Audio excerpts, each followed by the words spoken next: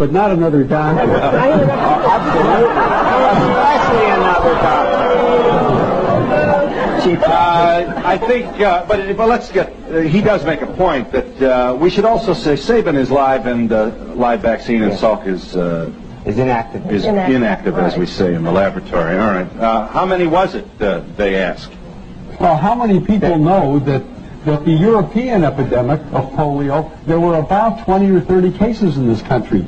Now, of course, the American doctors will argue that the reason why polio disappeared in this country was because of the vaccine. But then why did it disappear in Europe in the 1940s and the 1950s without mass vaccination? Why doesn't it occur in the third world where only 10% of the people have ever been immunized against polio or anything else? So, in other words, we may be fighting a tiger that died.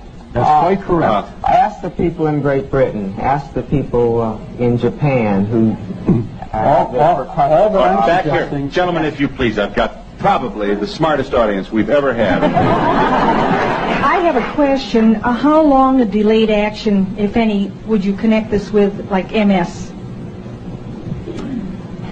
MS a possibility. Would multiple sclerosis be one of the possible results? As a matter of fact, there's a new publication that just came out from John Hoffman, who's a close associate of Tony Morris's, that gives the references linking MS in later life to the early introduction of live virus vaccines like measles and like some of the others that are live viruses. Now, at the present time, I would recommend that anybody who has MS or amyotrophic lateral sclerosis or any of those degenerative neurologic conditions of later life carefully review their vaccine histories. I would also like to comment to that, because in connection with my case, I've been doing some research. Let me tell him once again, Ms. Gundy, that you are a Guillain-Barré victim contracted following your receipt of the swine flu vaccination. Yes, and I am in the process of writing a book about my experience, and in the process I've done considerable research.